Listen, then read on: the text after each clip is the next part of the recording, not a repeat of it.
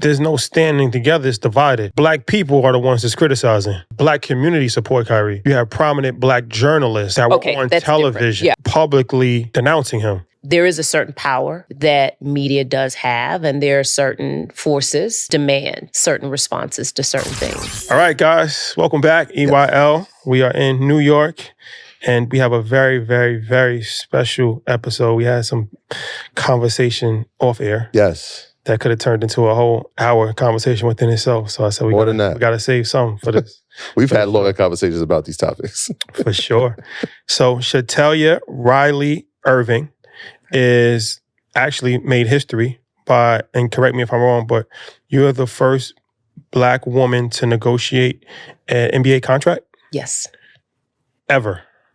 I believe so, yeah. Congratulations. That's what I've been told. And I think that you're the only Black woman right now with an NBA client as an agent.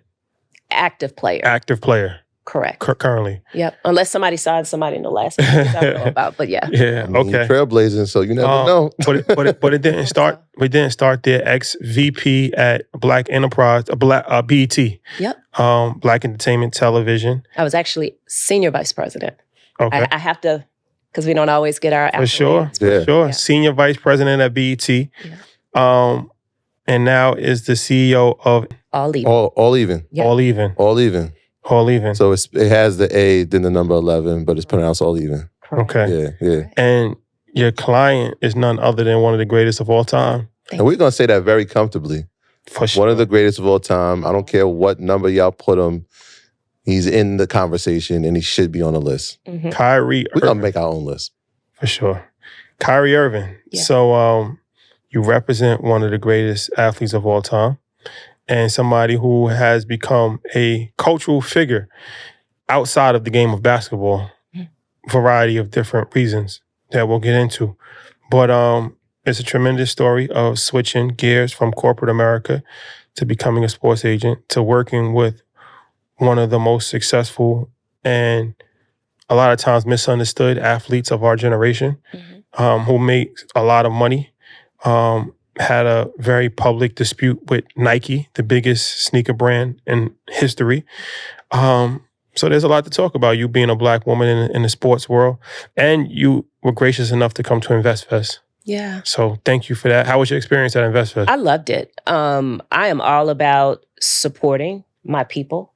So when the opportunity came, I was like, I absolutely will be there. I'm all about how can I help uplift your platform, help you be seen. So in whatever capacity, I'm there. We appreciate you being there. Thank you. Thanks for having me. It was amazing. I mean, just seeing that many people of color with a quest to understand finances and money and investment and success, it made my heart really full.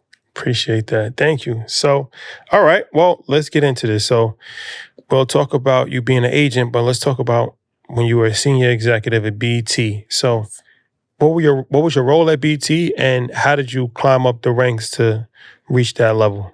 So at BET, I was senior vice president of ad sales. I managed our digital platform. And so it's all about selling and convincing people that people of color mattered and that they should invest their advertising dollars across BET Digital. And so I spent about 14, 15 years with BET. I started as a salesperson. I remember the first day that I walked in, they gave me P&G, Walmart, Coca-Cola, and said, okay, go for it. And I always tell people, and I mean this honestly, it was the best PhD, master's degree, MBA, postdoctoral education that I got. And just being under Lewis and Ray and just having this opportunity to be seen and to learn. So it was just an amazing experience. So that says a lot, right? Like they're giving you some of the top brands in the world. In the world. So you have to learn. I mean, sales can be grueling. And if you don't move your feet, it's tough to eat. So what was that like for you? What did you learn about negotiating and making sure that we are seen, right? Because a lot of times we look at these brands and we don't see us. But over the past maybe 5 or 6 years, we're starting to see a little bit of change. We've seen some deals that they've made. What was that like early stages? Early stages, I came from an environment that, because I've always been in sales. So my entire career was in some level of media sales. And early stages, it was like I was walking into this environment that looked like me. And that was very, very different from any of the other media sales positions that I had. Lewis is president of sales. You don't see that as a Black man. Ray was EVP of sales. You don't see that. I saw vice presidents that looked like me. So it was that first opportunity that, okay, I'm in something special. And for me, it was really about putting my head down and learning as much as I possibly could. So I literally was a sponge. I would raise my hand and ask questions. I was never afraid. My thing is, talk to me like I'm 3.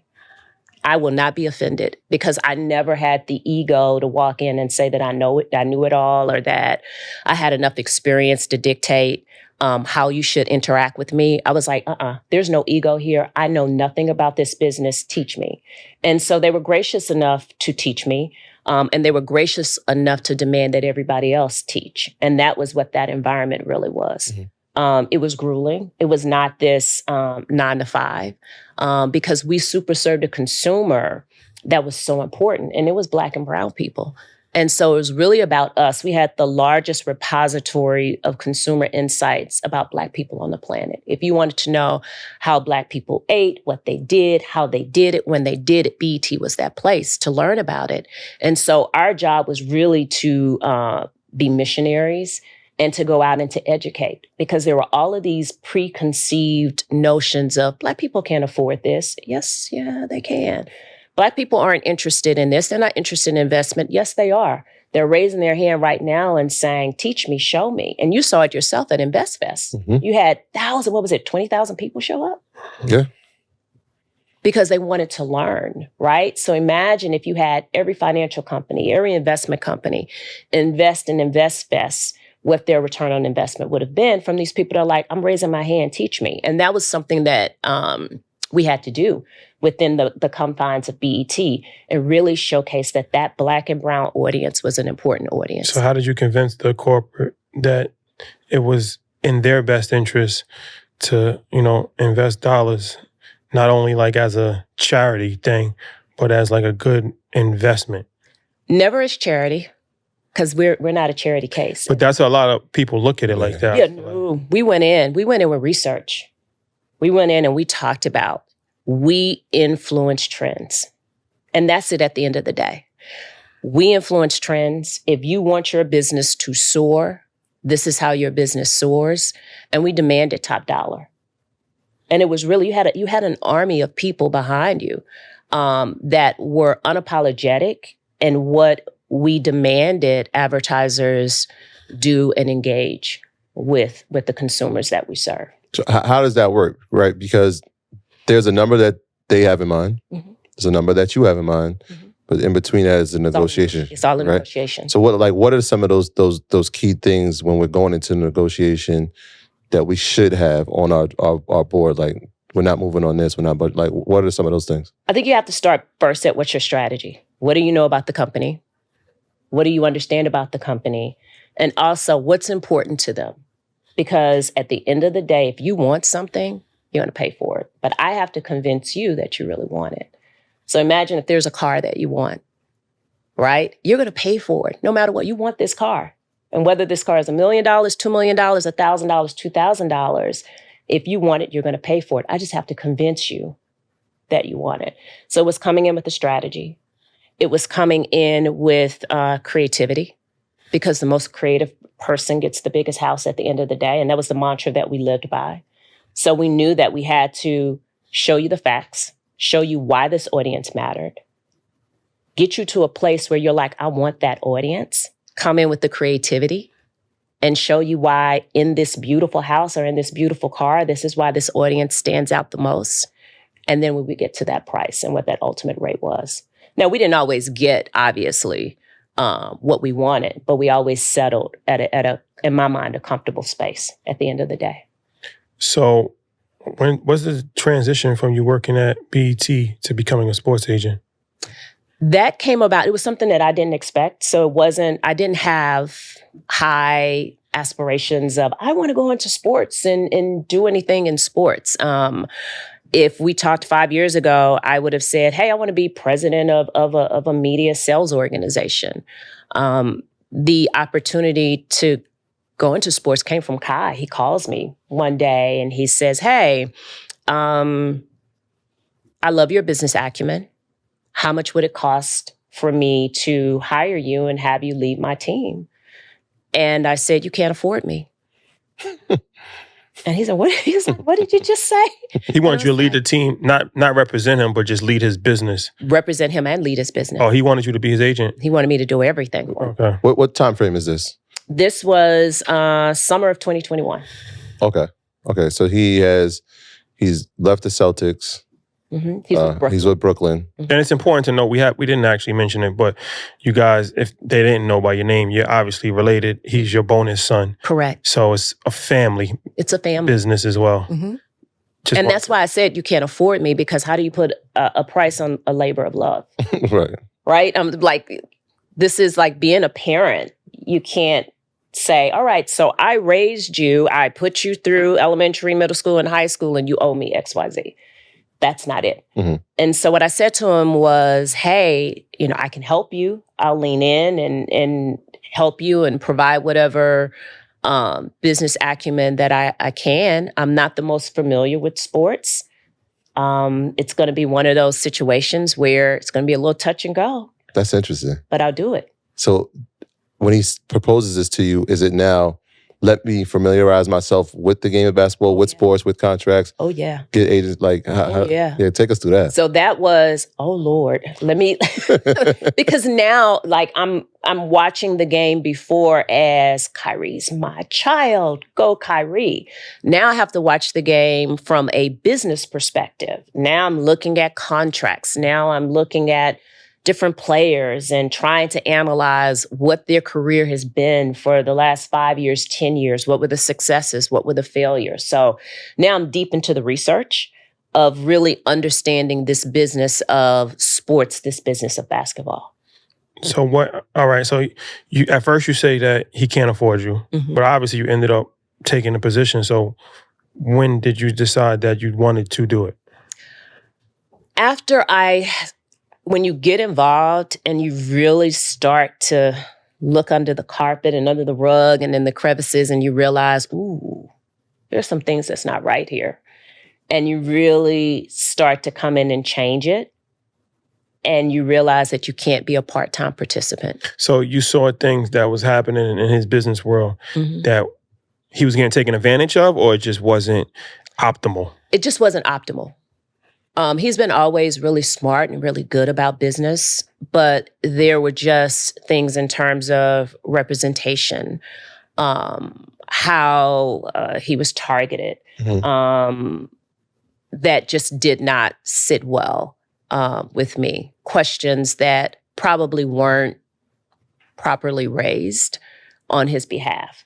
Mm-hmm. I felt like he needed, at that moment in time, a real ally in his corner that wasn't concerned about how much do I make from this, but really just wanted to see him do well. Yeah, so summer 2021, this is post-COVID. Well, in the midst of COVID, not post-COVID, COVID, post the decision, I'm not taking the vaccine. Right at that moment. This is that time. That's when he became his agent. This is when because I hadn't taken the agent's exam yet. So I was like the business manager.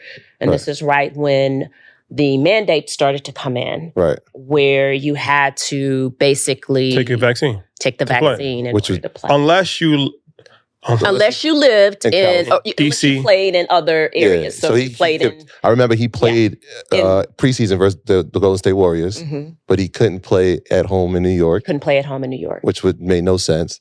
And so at this time, the NBA, he's not playing. Right? There's a decision here. I took right before. So I agreed, and like 2 weeks later, that's when I was hit with... right in the fire. That's when I was hit with, so we just wanted to make sure that you understand that this mandate just came down, and he would need to be vaccinated in order to play. on one side. So there's a lot of things happening at the same time, because at the same time, we're looking maybe long-term extension. And now this plays a role. Correct. And so you have to, are you having obviously you're having these conversations. Well, if this doesn't happen, long-term extension could be in jeopardy, and then some other things transpire. But what are those conversations like at the time, from your understanding? Because this is new to you as well. It's new to me. It was first like, are you serious? Because I really didn't. I was like, this Are you serious to who? The NBA or to Kyrie? To both. Okay. To both, to the team and to Kai. Like, are you serious? Because I can't believe that this is happening. And there was a lot of confusion within it, because it was, but you can't play at home, but you can play in other places. And it was just one of the most confusing things ever at that time to navigate. And there was not a rule book, a blueprint, or anything that said, okay, this is how you navigate it. And it was difficult. I'm not gonna, because you didn't know what the outcome was gonna be. Right. So, okay, so you take the position. He decides that he does not want to get vaccinated. At first, they were kind of like figuring it out. He played some games, he didn't play some games. Then, to my understanding, correct me if I'm wrong, the organization kind of took a hard stance on this. Like, look, if you don't get vaccinated, you're not playing. Yeah, they didn't want a part-time player. Right. So their objective was they wanted a full-time player. And if he wasn't going to get vaccinated, he wasn't going to play at all. And so then he misses like 40 games, something like that? He's getting paid for that though, right? No. He didn't get paid for that. So how much money did he lose that season? A lot. Let's say that. A lot of money. A lot of money. Probably like $10 million or more. No, way more than 20 that. million? I calculated it before. It was upwards of 30 to 40 million. Not that much, but he lost a lot. Okay. All right. So endorsements. Well, go ahead, keep going. So he loses a lot of money. He ends up actually playing in the playoffs, I believe, right? Towards the end, I want to say maybe March sometime. That's when the mandate was dropped. Yeah. So, all right. So in this time when he's not playing, he's losing money. He becomes public enemy number one. Yeah. Which happens a few times throughout his career, but he becomes public enemy number one. Stephen A. Smith had a whole rant against how ignorant he was for doing it. My question is, like, while he's going through all of this, you're representing him, right? But you're also his mother as well. Yeah. So how is your conversations with the Brooklyn Nets, if you're having any conversations, how is your conversations with him as his agent and his mother? And how's your dealings with his PR team, his media team? Like, how are you handling all of this in the midst of the storm? Day by day. And and I'm not going to sugarcoat it. It was a day by day. It was an active, daily conversation, action. One of the things you have to understand is that we all, and I don't know if you guys have children, but one of the things you tell your kids, stand up for what you believe in. Never, be a leader and not a follower. And so in this situation, he's doing what you've taught him to do. I've known him since he was 8 years old. And so those are the conversations that you have with your kids. You're like, hey, stand up for what you believe in, no matter what people say. And so here it is, he's standing up for what he believes in, and the whole world is creating a narrative, a label. It's not, he's not a team player, he's not this, he's not that. And so for me, it was really making sure that he was okay. And how was his spirits? How was his spirits during that time? His spirits were good. His spirits were really good. But I think that as a family, we really came around and really supported him.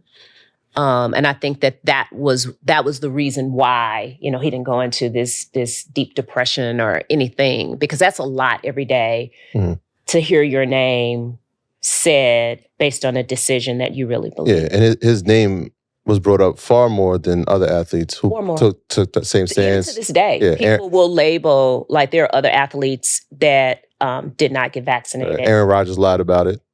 MVP, right? Novak Djokovic, number one tennis player, probably all time. Same thing. but nobody had the spotlight on them like Yeah. Kai did. And here's the thing, if you go through and you look at post interviews, you'll see athletes that also refused to get vaccinated. They don't have, and he was an anti-vaxxer, or he refused to get vaccinated attached to their name. But with Kai, it's, and he did this, and he did this, and he did this, and he did this, attached to that. Like, that is the descriptor for him making a decision that that I support. I'm a person that it is your body. You only get one. Mm-hmm. And if that is the decision that you make, I'm very much a pro-choice person. I'm not going to stand in and say, you should do this or you should whatever. Did you? This your body. Were you having conversations with the Brooklyn Nets? Mm-hmm. What were those conversations like? Just check-ins.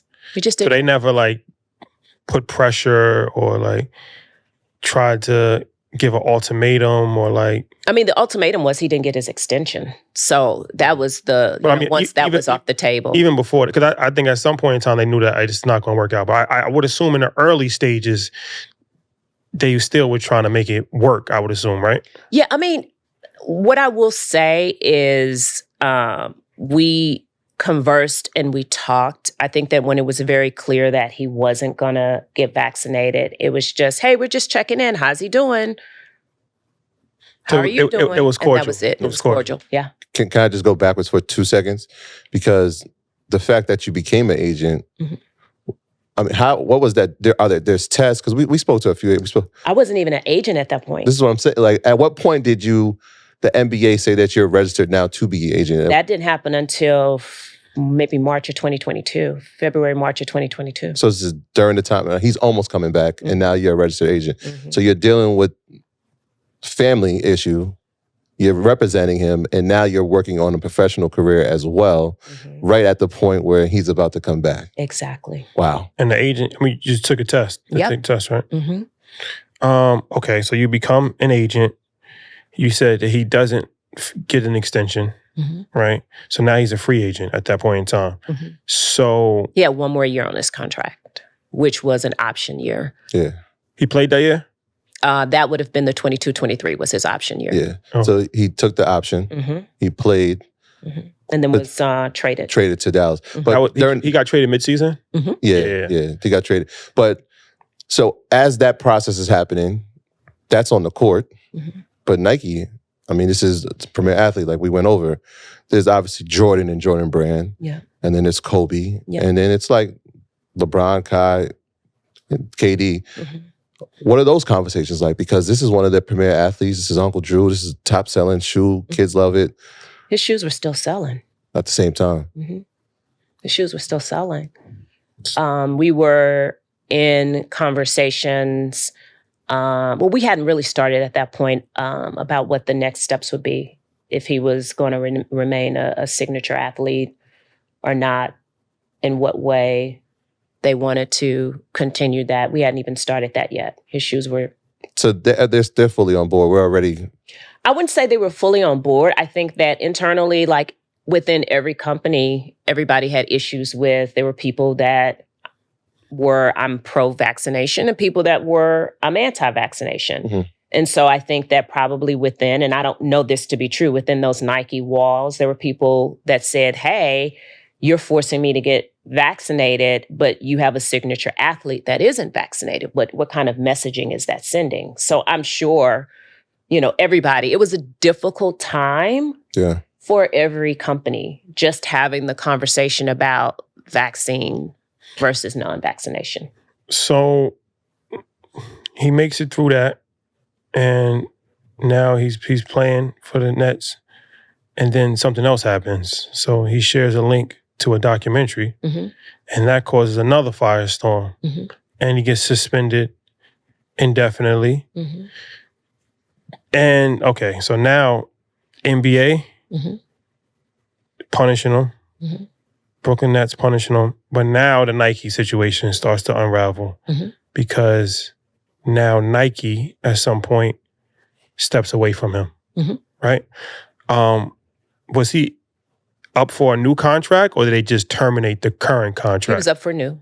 He was up for a new contract. Uh-huh. It just so happened that timing was at the same time. Timing was at the same time. So they didn't technically terminate him. They just didn't renew. They did nothing Essentially, yeah. to extend that contract. Yeah, essentially. How was that? That was another obviously very high profile news story. Mm-hmm. How was that for you and for him going through that? I think what he wanted, and perhaps what he would have wanted from Nike, I don't know if Nike would have been able to give it to him, because he wanted a lot more creative control.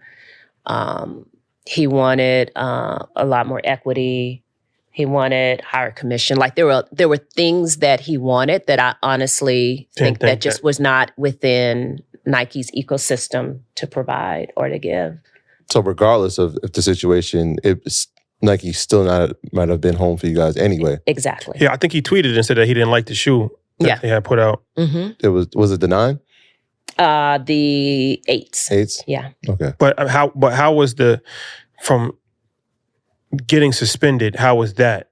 Dealing, once again, now you got to deal with the Brooklyn Nets, you got to deal with the NBA. He had to go meet with the commissioner and a bunch of other stuff, community service and different things of that nature. Like, how was that? Because he just went through something previously with COVID. Now he's going through something completely different, but another thing less than a year later. So how was that for you guys going through that? Difficult. It was a very, very difficult moment. And I think that to really delve into that detail, I would want him to be here to really talk it through, because there were so many nuances there that I think when you really hear the real story behind it, it'll make your jaw drop. You have probably one of the most intensifying first years on the job. Very much so. Maybe ever, right? You're Very talking much about so. the shoe contract negotiation, NBA contract negotiation, suspensions, world pandemics, like all that's happening in your first year. So we're at the point where, we're looking at from a financial standpoint and some of the things that you want from a shoe deal. It's not going to happen, perhaps at night. Are other shoe companies reaching out and offering, because I know where we land and we'll get to that, are other shoe companies reaching out and saying, this is a prize free agent from an athletic endorsement standpoint, we should go ahead and try to sign them? Initially, we wanted to go independent. Okay. And we had a lot of conversations with being a real independent shoe brand. And I sort of made the decision collectively with his dad that probably wasn't the best route, because building a shoe and building a performance shoe on the court where his feet are your most valuable asset was something that we were just really worried about, from just being an independent brand, just having all of the resources, the tools, and everything to make sure that his feet were protected. We want him to have a very long career. And so we didn't want to jump out and say, hey, we're going to do this independent. And we produce a shoe that just couldn't stand. Did you ever look at the Big Baller brand and what happened with that as something that was a case study. As you say, that's what I'm thinking. That was a case study. Yeah. Because, they said, I don't know if it's true or not, but shout out to Lonzo, he came to InvestFest, but they say one of the reasons why he's hurt is because of the shoe. I don't know if that's true. It broke down. I don't know. I don't know. And, I think that when you think about performance and the way he moves and the angles in which he moves on the court, and remember I talked about, you research and you study, being independent and just basically producing a shoe that can achieve that mechanism was something that we all were really concerned about. There's some things that you can kind of build the plane while flying it. This wasn't one of them. Yeah. And this was one of them that we just didn't want to take that chance on. And that's just being honest. So you end up with ANTA. And so this is interesting because this is now, I'm looking at this as a global play, right? Like they have at the time, Dwayne Wade was there. No, he's with Ling Ming. Ling Ming, oh. Ling Ming, yeah. Who's that? Klay Thompson. Klay Thompson, that's what it was.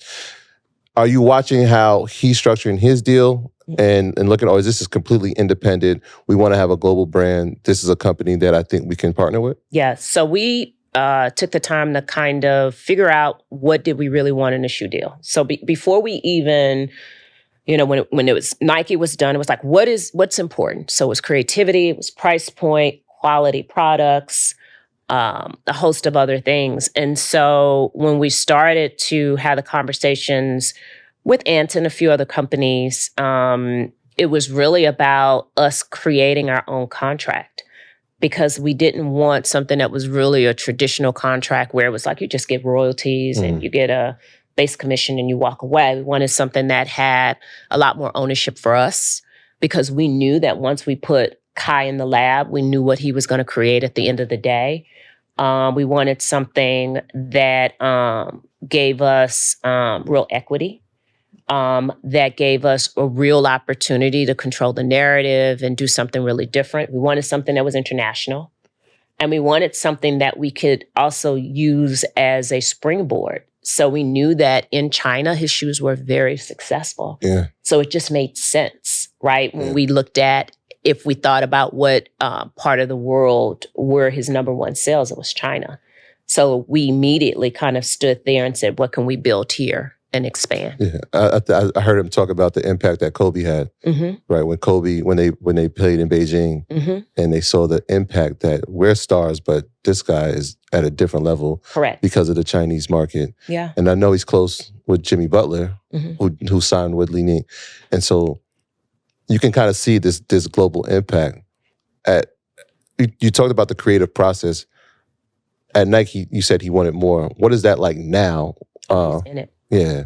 Oh, he's in it. Yeah. I've learned more about shoes, and I am a woman who loves shoes than I ever knew before. From start to finish. When I was in China, I kind of looked at his dad and I said, we couldn't have done this by ourselves. This is a process. It's really this process to build a performance shoe and all of the testing that goes into it. So the product that the consumers are going to get, I think they're going to be really, really happy because he has his finger on everything. So you spoke about what you didn't get at Nike that he wanted, as far as some equity and creative design and all. Can you give us some details, perhaps, on like what he's actually has? Now, but let me give you the secret sauce now. I mean, you don't have now. Like as far as like an overview. He's very modest about is he doesn't like to talk about money, right? For him, it's because he wants to be seen as Kyrie, the individual, Kyrie, the person, Kyrie, the humanitarian, not Kyrie, this is how much money. So he has equity. Yeah. He's not interested in, like, that's the secret sauce. Yeah. That's the secret sauce. So let's talk about this, because the season did start, but you guys had an amazing summer. And one of the things coming into the summer was free agency. Yeah. He got traded to Dallas, but now he's a free agent. Yeah. The most he can get is staying with Dallas, or he can go somewhere else. I know my brother's a diehard Lakers fan. Everybody thinks he's going to the Lakers because he's showing up at the playoff games. Yeah. At any point, I mean, in my mind, he's a max player. At any point, did you guys say, you know what, because of all of, the news and headlines, and were we not going to get max money? Were we going to have to take less money to go somewhere else? Or what was the game plan going into the summer? The game plan was being at a place that you can consider home, that you were comfortable, that you saw yourself being a main contributor. So it was never about max money as much as it was really about making sure that this was a place that you felt comfortable, that you felt like you could be really a contributor at the end of the day. That you liked the people that you were going to have to work with 82 games out of the year, and that was the top at the beginning. That was the most important thing. I think the money was probably third or fourth.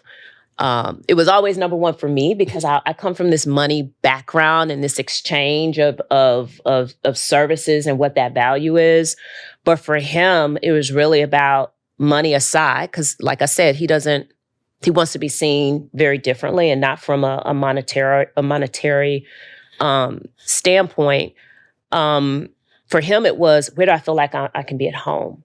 One of the things he's never got a chance to really experience was free agency. Mm-hmm. And so we wanted to try to give him that ability to be courted a little bit and told that you're the prettiest girl at the prom, or prettiest guy at the prom a little bit.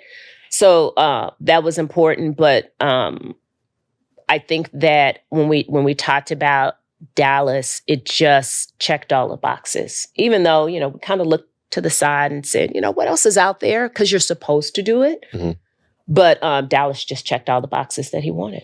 So can I just go back to the sneaker thing for a minute? So it's a Chinese company, right?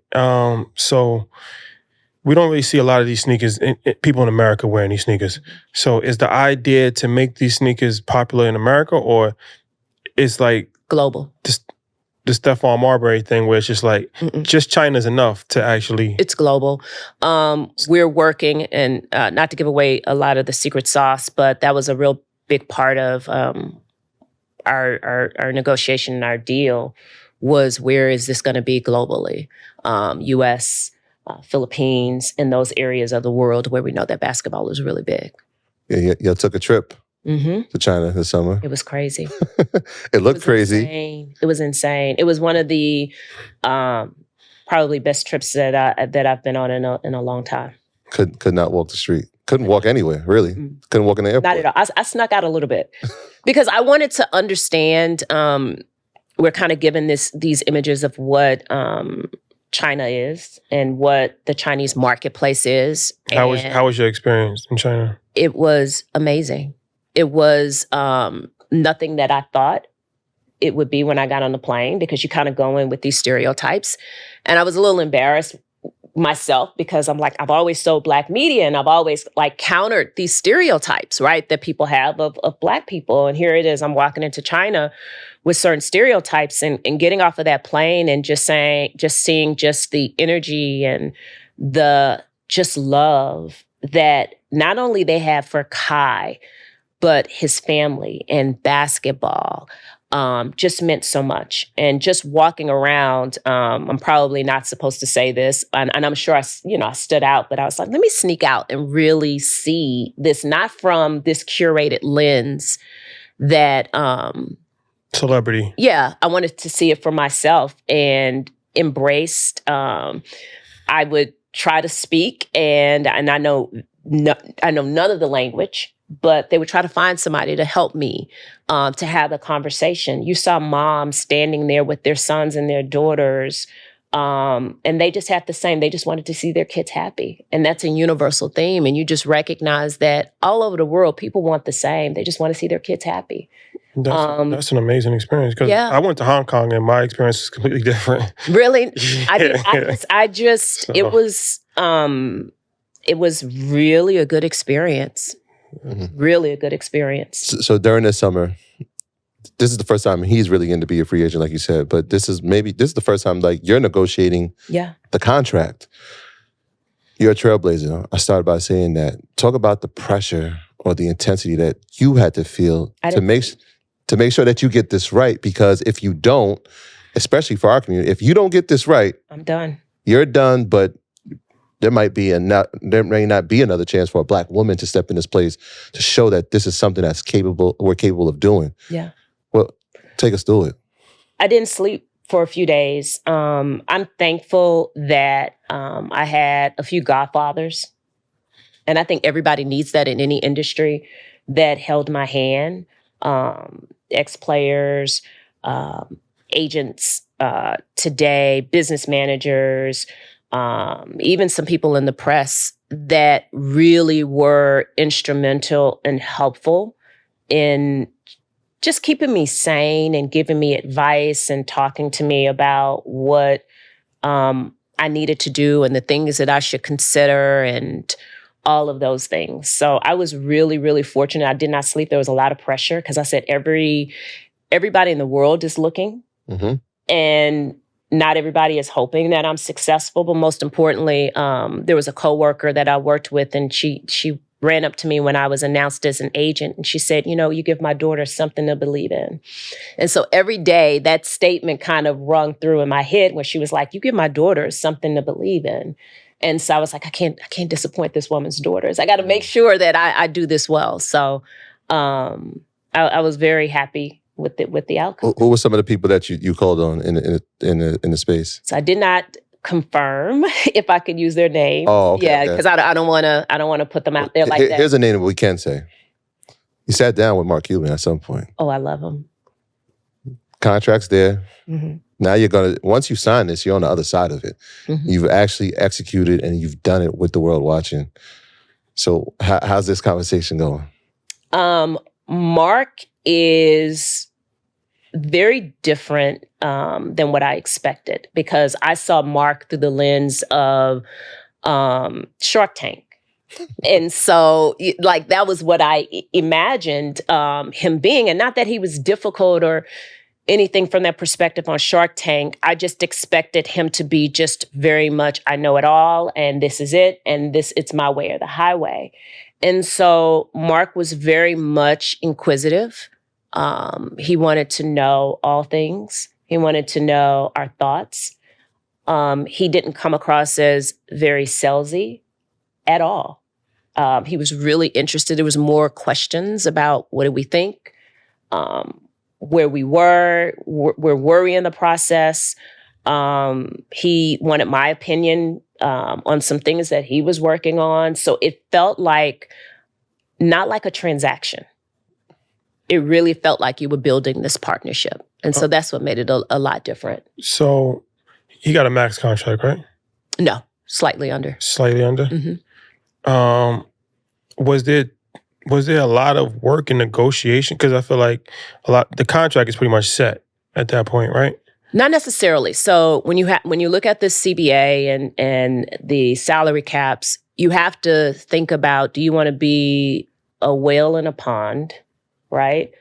Or do you want to be the whale in the ocean, right? So you don't want to suck up all of the money where you're not in a position to kind of help the team to get the help that they needed to get to the next level. So those were all of the things you thought about, was like, how do we, for us, like I said, it was like, how do you become that benefit? How is the team going to get better? How are all of those things coming into play? So what are some things that, just in general, people might not be familiar with, like an NBA contract? I know some people, I think Bron has like a no trade clause, or there's different things that you can kind of put in. There's games played. There's no trade clauses. There's just a plethora of things that you can include in the contract. I think that one of the conversations you want to have is where does the team see itself this year, next year, and the year after, especially during your contract? Because if the team is consistently losing, you're going to get blamed for it, right? You said games played, like you have to play a certain amount of games. You have to play a certain amount of games. People have all sorts of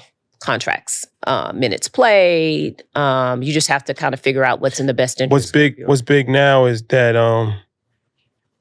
like, if you make an All-NBA team, mm-hmm. you get a bonus on your contract. All-Star games. All-Star games. Yeah. All-Star games. Yeah. Is that stuff that is part of Kyrie's deal? No. Mm-mm. Why not? All NBA is can be a little subjective. Yeah, and you don't want to tie your money to anything that is. Well, we saw somebody that lost a lot of money. Yeah. He's a great player. Yeah, out in Memphis, who didn't make any All-NBA team. Yeah. And how much did he lose? Between endorsements with Nike and signing bonus, I think it was 42. Yeah, right? Because he would have been able to sign a Supermax because he would have made one of the first teams. He probably would have been first team NBA, but he at least would have been second team. He doesn't make any of them. But who does benefit is a guy like Jaylen Brown, who actually made an All-NBA team and then signs the richest contract in the history of the NBA. Mm-hmm. Yeah. So because he didn't make an All-NBA team, he lost his ability to sign a Supermax. Mm-hmm. Unfortunate. Yeah. I mean, but that goes back to it, like those things that you think about. And it's Ja Morant, right. By the way. Obviously suspended for the first 25 games, I think, this season. So that'll affect, even if he had a games played. But he definitely should have made an All-NBA team. 1,000%. 1,000%. And that's no slight to anybody that was on those teams. No, it's obvious. I mean, it's just obvious. Yeah. It's obvious. So, yeah, but no, because also when we heard Lou Will speak, and Lou Will said that it was one year when he was playing that he felt he should have 100% been an all-star. Absolutely. Yeah. And his coach, I think Doug Collins was the coach at the time, and he sat down with him and he said, look, you deserve to be an all-star. He's like, the reserves the coach has to nominate the reserves. Yeah. So he's like, look, you're the best player on the team. You deserve to be an all-star. But for the morale of the Leading team, scorer on the team. for the morale of the team, I'm going to nominate somebody else. It was crazy. It was Andre Iguodala. So, but what Lou Will said is that not only he lost a lot of money because he wasn't an all-star, but it negatively impacted his career to the point where he could never start ever again. And he said he lost a lot of money because of that one decision of him not being on an all-star team. So politics that go into play here that people might not always see. I just always think that contracts should be 100% in what you can control. That's it, especially when you put those types of things in a contract. So you don't like the bonus structures? I just think that if you're going to use a bonus structure, it should be something that you can control, that you 100% can control versus something that somebody else has Can to be have a manipulated. Yeah. Yeah. All right. So you talked about being a whale in the ocean, right? As the agent, you're looking at everybody's contract on the team because I would imagine if I'm looking at, I'll use the Mavericks for example. If I'm looking at Luka and I'm thinking, all right, he's going to be Supermax. If we're looking at the future of the team, how are we going to build this out? I might have to fall at this number so that we can help still build people around this core to win the championship. So like, you're not looking at those or? I mean, I'm not looking at anybody's contracts on the team per se. You're just looking at how is the team going to look, right? It starts first with, do you feel like you want to be in Dallas? Is this the place you want to be? And when that was said, yes, this is where I want to be. Okay, what do you think that you need to feel comfortable there? And then you go from there. So you have one client who was a good client to have because he's one of the best athletes, start at the top. But you said your goal is to expand and to get other clients, right? So have you actively started to recruit other players or not? And what is your sales pitch or your pitch to somebody for you to represent them? We've passively have started to have a conversation with players and potential picks for the NBA. For us, we don't want everybody, and I know that sounds, because we're really about how can we help. We want to be the agent that's not like, we're just signing, I'm gonna sign you and I'm gonna sign you, and I just show it when there's the contract. We want to really be a active and an engine in your career. And so for that, it's as much as we're talking to people, we want them to interview us, we want to interview them and really figure out how we can help. Because there's some people that we can help and some people that we can't. And we don't want to waste anybody's time. So that's why it's very passive. I've had people that was like, hey, I'm ready to sign. And you're like, I don't know if I can help you. And I don't want to waste your time. So who would be an ideal person? Like, what's the prototype of a person that you say, I want to work with this guy? A person who understands what they really want. And it's bigger than just, I want a lot of money. Like, what are the accomplishments? What are the goals? What's the family like? How important are they? It's somebody that is in some ways like Kai. They want to be humanitarians in a lot of ways. They want to do a good job. We're not into a lot of egos. We want to figure out how we can, like it really goes to how you can, we're not trying to be the biggest, we're not trying to be the celebrity. Like, we're not trying to sign, deals for ourselves or do it. Like, we want to sign deals for the people that we work with. And what does that look like? And how do we help? And so in some cases, we've been consultants for people and kind of giving them some advice and how to move forward and what we think and what we see. So for us, it's what is that person that really makes sense for All Even? Because it's how do we create family offices?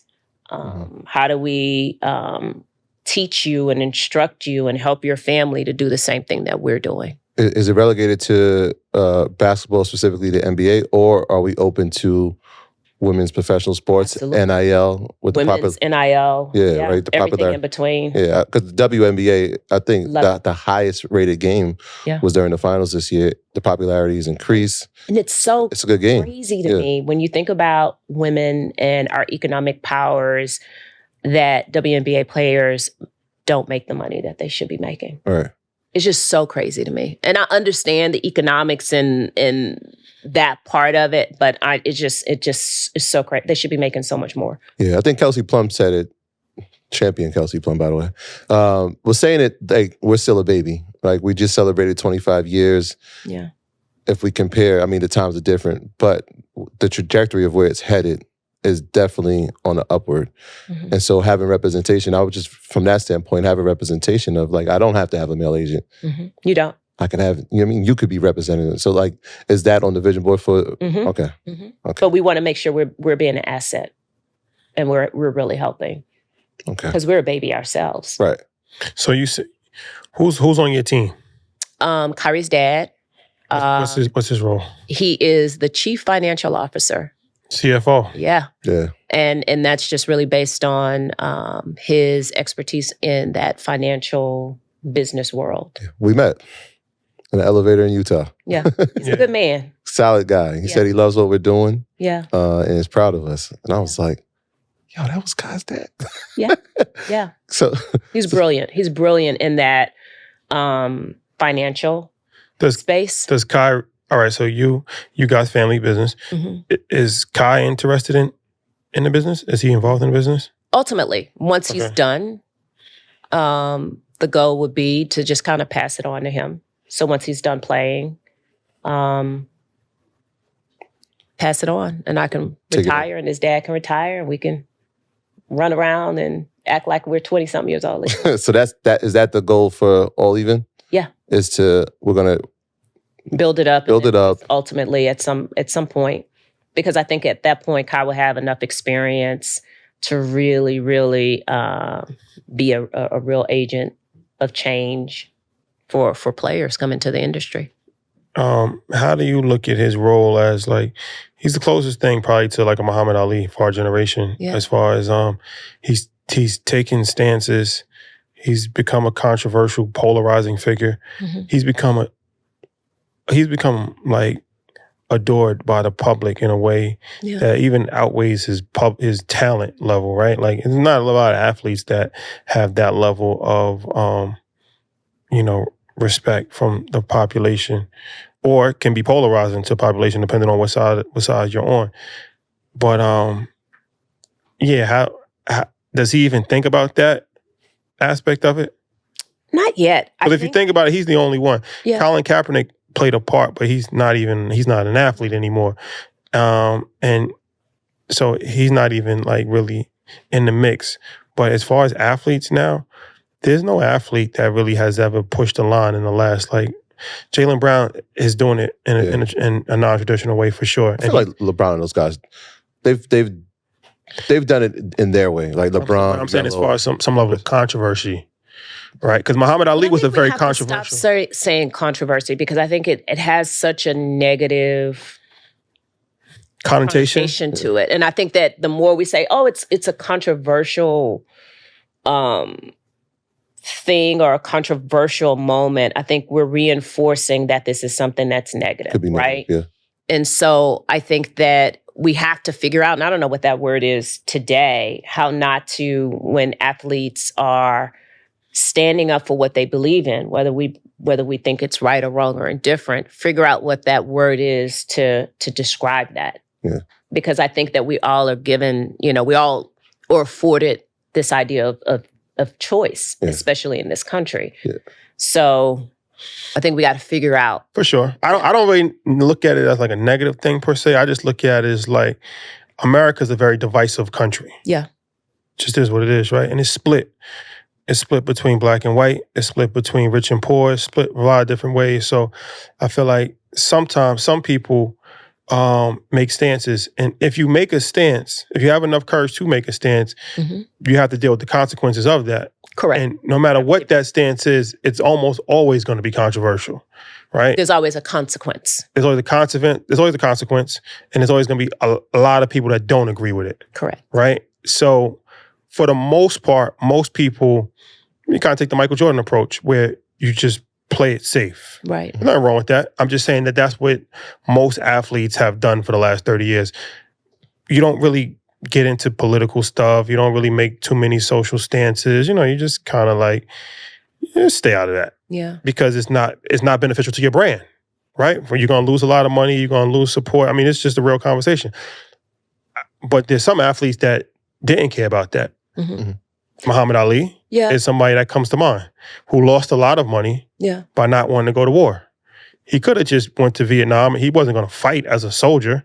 He could have just, did some tours, entertained the soldiers. But his belief, his religious belief, and just his moral belief said he didn't want to do that. And he took a court case all the way to the Supreme Court so he didn't have to go to jail. Right. Lost 2 years, 3 years of his career, in the prime of his career, lost a lot of money.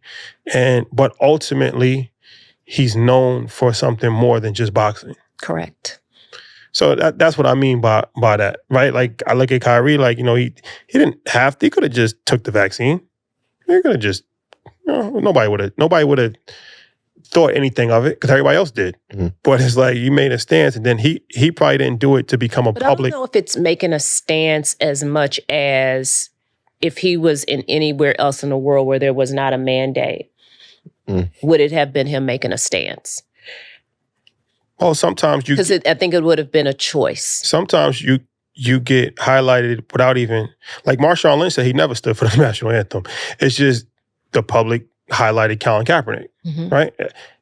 Sometimes you do things and it's like he's not the only player that didn't take the vaccine, but for whatever reason, he's the one that became the face of it, right? They needed a face. Right. And sometimes that's not up to you. You can't control it. Right. But sometimes people just put things on you. And if you make that decision, now you have no choice but to live with it. Correct. And I think, so here's the thing I'll always say about, we all make choices, right? I think that I don't ever want to say that a choice is a controversial choice. Especially when if you were in anywhere else that didn't have the same mandate, it would not have been considered a controversy. It would just be like, oh, just made a choice not to get it done. That's fine.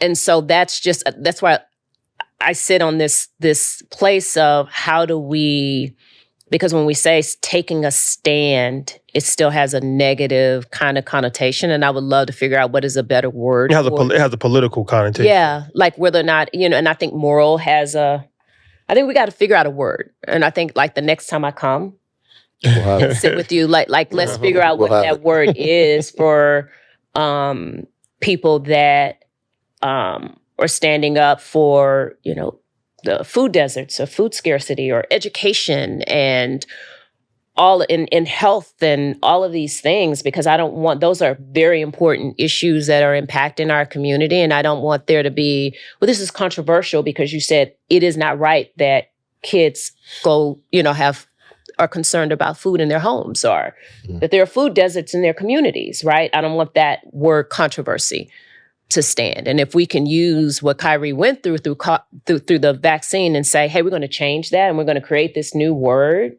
and basically make that a word of positivity when you're saying this is not right and this is a choice that I'm not aligned with. Well, it all comes down to media. Yeah. That's why the media is really the most important thing in society, because they can shape the minds of the people. So we can't control, as a regular people, we can't control it, but media can. So the controversy comes from the media saying that he's irresponsible and da-da-da-da. So when that narrative is pushed, now it becomes controversial. But I think coming from media, and I used to go through all of the emails and read the comments when people stand up and say it's not right, you shut a lot of that down. And so there are communities that you cannot say anything. You can't no, you're not going to say this. You're not going to do this. I'm going to shut that down. And I think we have to be just as vocal in, I'm not going to allow you to sugarcoat this. I'm going to shut this down and force you not to make this a negative. But I think it also is harder when it's coming from Black people. No, it's not. I think, and not to debate, I think that if we stand together. That's what I'm saying. There's no standing together, it's divided. Black people are the ones that's criticizing. So it's like, it's harder to say, like, you know what I mean? Like, you have... I have to disagree. But you have... The Black community support Kyrie. Yeah. You have prominent Black journalists that were on television. Different. Yeah, okay. That's different. Were publicly, like, these are not just regular people. These are the highest people of their craft, highly respected in journalism, that's publicly denouncing him. I've had those conversations, and I've, and I'll leave that private, but I have gone back and sort of had those conversations, and there is a certain power that media does have, and there are certain forces at some of these media companies that demand certain responses to certain things. So I get it. I understand it. What I wanted to just make sure that I clarify was that the Black community, the Hispanic community, the Black and brown community was really supportive of Kai. They were like, hands down. Well, that's why I compare it to Muhammad Ali. And I don't want to compare people, but it's like, he always had the support of the people. Yeah. But the people that are in position of power or in the media, that's not the people. Yeah. There's a disconnect. So, I mean, that's interesting. From what I'm hearing, that was great, back and forth. The media has a job to do. Yeah. And sometimes we don't understand what the person who's saying it, the pressure that's been put on them to have a stance. Correct. And make sort of a spectacle of their response of it, because they need people to watch and they need viewership. And what comes with viewership comes with... Or they need a job. Or they need, the sponsorships. They need the job. Is the money that's going to be paying most times for the salaries of the people that are on air. Which is interesting, right? Because that's a deeper perspective for people to look at, especially from the audience standpoint. But a lot of times you hear them say, I spoke to his dad, or I spoke to his agent. And so... 9 times out of 10, they didn't. That's what I'm going, right? So I'm thinking like, really? Did you really? Mm-hmm. How often is that happening, and when it's misleading? All the time. Okay. It happens all the time. And there are times that I've like came in and said stuff and said, no, that was not what was said. Spoke to a source close to the family. Yeah, and those are like, because I've said to people, and I stand by this. You can use my name. Not like that. And they're like, wait, what? I said, yeah, you can use my name, and you don't have to say sources say. You don't have to say friend of the family. You can use my name, and when I give you the authority to use my name, you can run with it.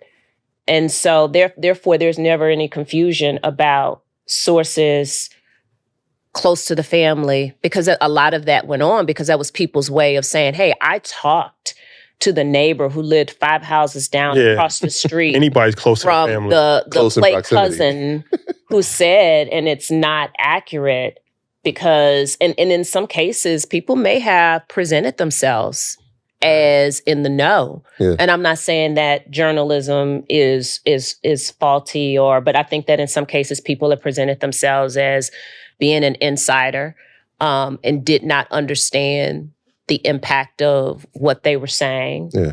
Or I'm gonna leave that there. I'm gonna leave that there. You can leave it right there, because I'm looking at it from both standpoints, right? Like there's a parent standpoint and then there's an agent standpoint. Both try to curate an environment. People who, look, that person shouldn't be, like, I don't think they should be around. You need to make that circle a lot tighter. During that whole process, he said that very public. Like, there's a lot of people that I thought I tried. No, my circle is super tight. Are those separate conversations or are they in one, right? As an agent, as a parent, from perspective of somebody that you've known since 8 years old? Two separate conversations? Yeah, there's a conversation of agent where it's what is good for the brand. And then there's the conversation as parent where that person will get you in trouble.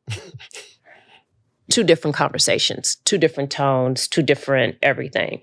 So the agent conversation is, that's not good for your brand. And here's why. And here's all the proof. The parent conversation, and you've had this with your kids, that person right there, I'm gonna tell you right now, don't call me. Because that person is gonna get you in a lot of trouble. So how was your experience being a Black woman in a male-dominated industry?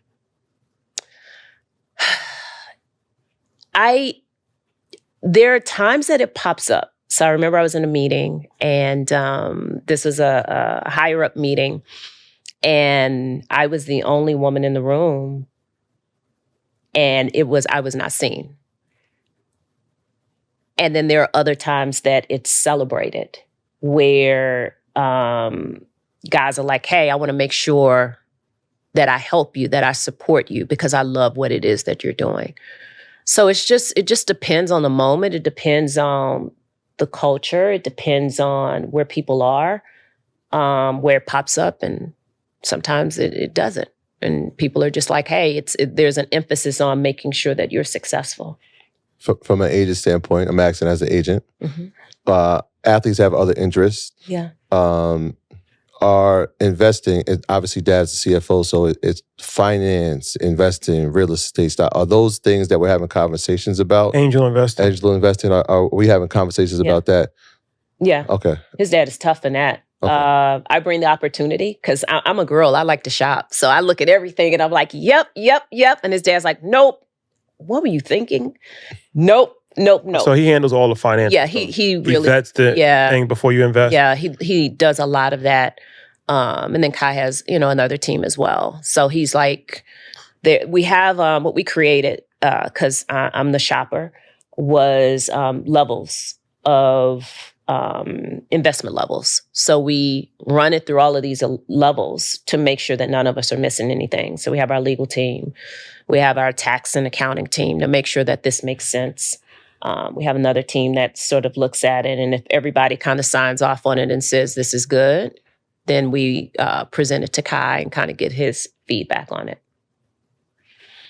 Now, some people are like, I hate that you have to talk to so many different people, but it just works for us in terms of, because there's things that, I may miss, his dad may miss, and if you have so many people looking at it, it just kind of keeps everybody solid. It's tough to miss when everybody's looking. Yeah. For sure. I feel like an agent's responsibility is also to protect their client. So is that part of your job title as well? Like, do you look at, okay, before he speaks here, let me look at it. Do I do this? Do I look at the photo shoot to make sure the pictures, like, is that? Yeah. Mm-hmm. Every which way. Sometimes he does this. All of my kids do this. And that's their way of pushing me back to say you're becoming a little too much. But yeah, everything. So what's on the vision board for you and your company over the next couple of years? I know obviously you said that you're looking to expand and get more clients, but how would you like your enterprise to be? So we want to do probably in the next 2 to 3 years like $1 billion in deals. In deals? Yeah. So that's on our most immediate. The other side of it is obviously bringing in clients. And so we have that magic number of where we want to be by way of clients over the next 2 to 3 years. And is this new clients from college or clients mixture. From college or like mixture of both. People leaving their old? Yeah, mixture of veterans. Yeah, veterans, college, just that whole mixture.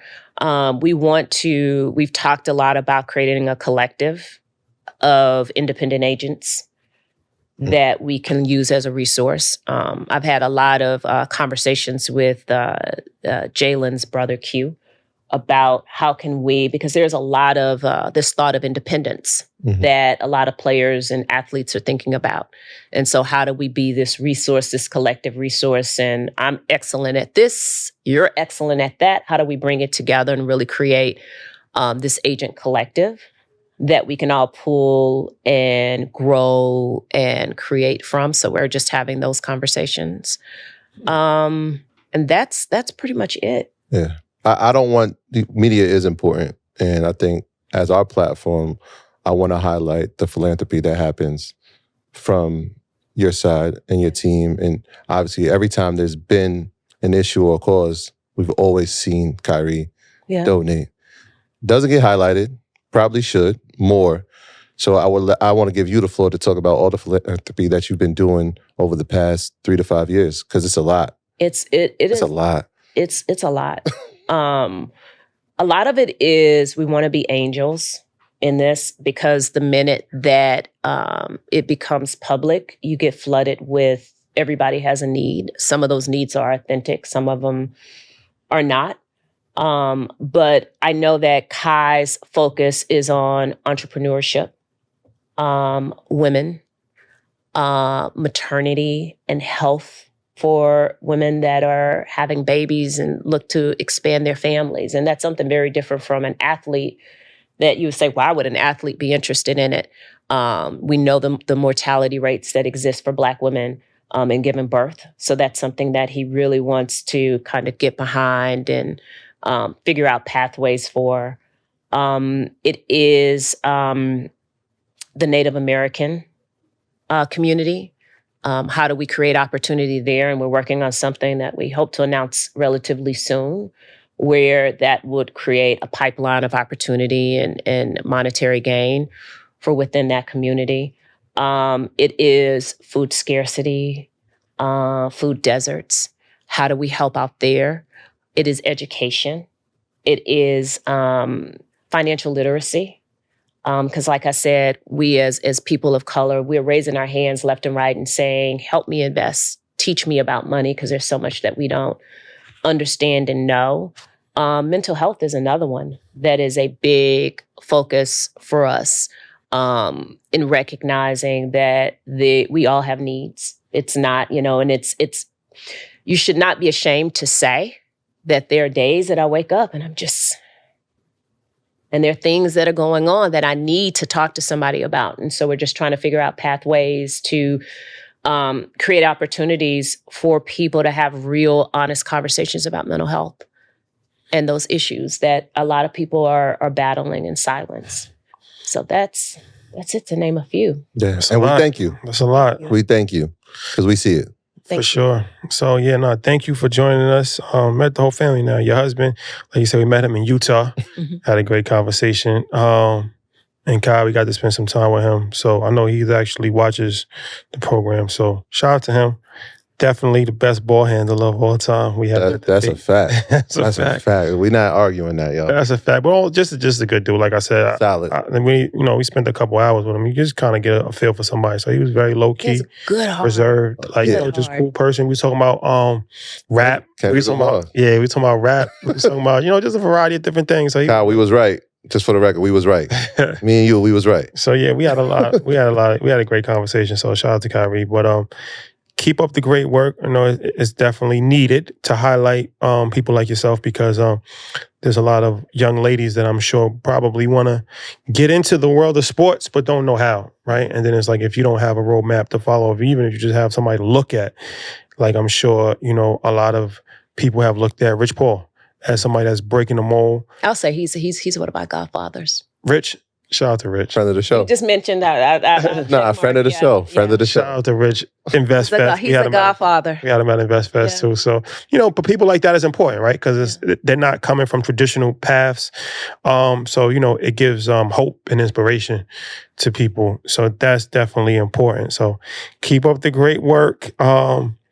Let's continue to stay in dialogue. Let's continue to work together. And anything that we can do to be of help, just let us know. Thank you. I appreciate you guys. I had a good time. Oh, thank you for coming. Appreciate it. All right, guys. Thank you for rocking with us. We'll see you next week. Peace. Peace.